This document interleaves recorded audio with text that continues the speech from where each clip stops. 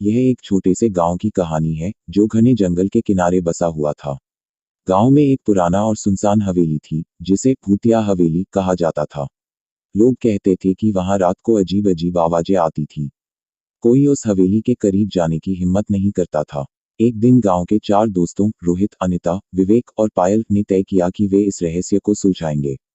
वे सभी साहसी थे और भूत प्रेत की बातों पर यकीन नहीं करते थे। अगली रात चांदनी के हल्के प्रकाश में वे चारों टॉर्च लेकर हवेली पहुंचे। हवेली के दरवाजे पर एक बड़ा और जंग लगा हुआ ताला था, लेकिन वह ताला पहले से ही टूटा हुआ था। यह देखकर उनके दिलों में एक अजीब सा डर पैदा हुआ, लेकिन उन्होंने हिम्मत बांधी और अंदर चले गए। हवेली के अंदर हर जगह धूल और जाले थे। फर्श पर अजीब निशान बने हुए थे, मानो कोई भारी चीज खींचकर ले जाई गई हो। दीवारों पर फटी पुरानी तस्वीरें टंगी थीं, जिनके चेहरे अब लगभग धुंधले हो चुके थे। जैसे ही वे हवेली के बीच वाले बड़े हॉल में पहुंचे, एक ठंडी हवा का झोंका आया और उनके टॉर्च अपने आप बुझ गए। अचानक चारों को एक भारी सांस लेने की आवाज सुनाई दी।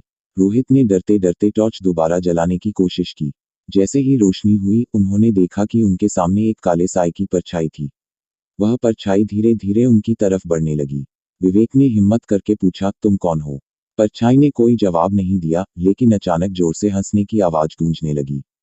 डर के मारे चारों वहां से भाग खड़े हुए।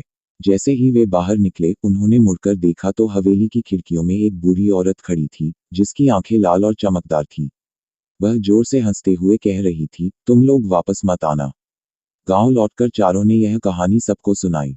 उस रात के बाद किसी ने भी उस हवेली का रुख नहीं किया। लेकिन वह रहस्य आज भी बरकरार है कि वह बूढ़ी औरत कौन थी और वह हवेली सच में भूतिया थी या कुछ और।